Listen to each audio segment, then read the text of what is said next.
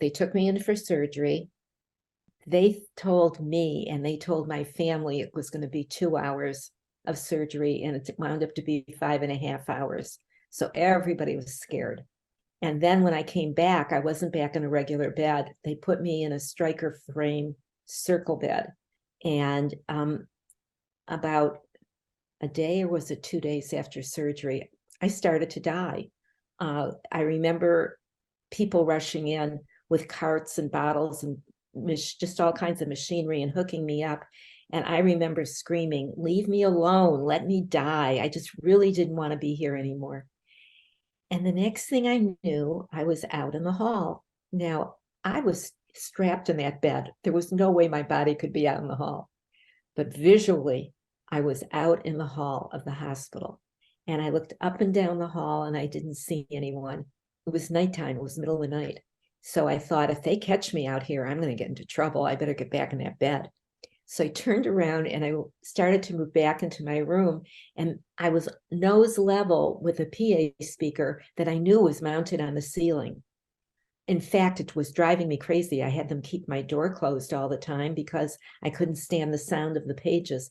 Anyway, so I just looked at that and I thought, something's weird, something's really up. And what was up was me. I was at the ceiling, and I moved back into the room and I looked down into the circle bed, and there was my body. Now I knew it wasn't me, because me was very calm. In fact, I think it was the calmest I had ever been in my life. And she looked really funny because they had tape wrapped around my nose to hold a tube down in my throat. So I just looked at her and I kind of chuckled for a minute. And the next thing I knew, I was moving through darkness. Now, later on as a researcher, I think that tunnel is about the best word you can find. But I was moving through this darkness, and I became fascinated by whatever the boundary was, whatever the walls were of this tunnel, because I could see energy churning through the blackness, and out of the blackness, the energy was pulling light. And the light was gathering, and it was forming way, way, way down the light. And years later, I mean, to me, that was just a huge metaphor for the way Holy Spirit works. Holy Spirit goes into the darkness, our egos go into the darkness, and we pull out the light. We pull out what's real, and what's from God.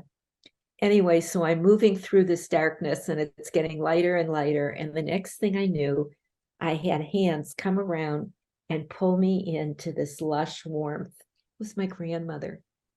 Now, she had been dead for 14 years, and I had never once thought of her surviving her death. But my grandmother was with me, and she held me, and together we remembered all the memories, all the scenes of being together. And it was beautiful, because whenever I was with her, it was calm and peaceful. When I was at home, it was chaotic and crazy and terribly traumatizing. But being with my grandmother was beautiful. It was calm and loving. And there I was again with her. And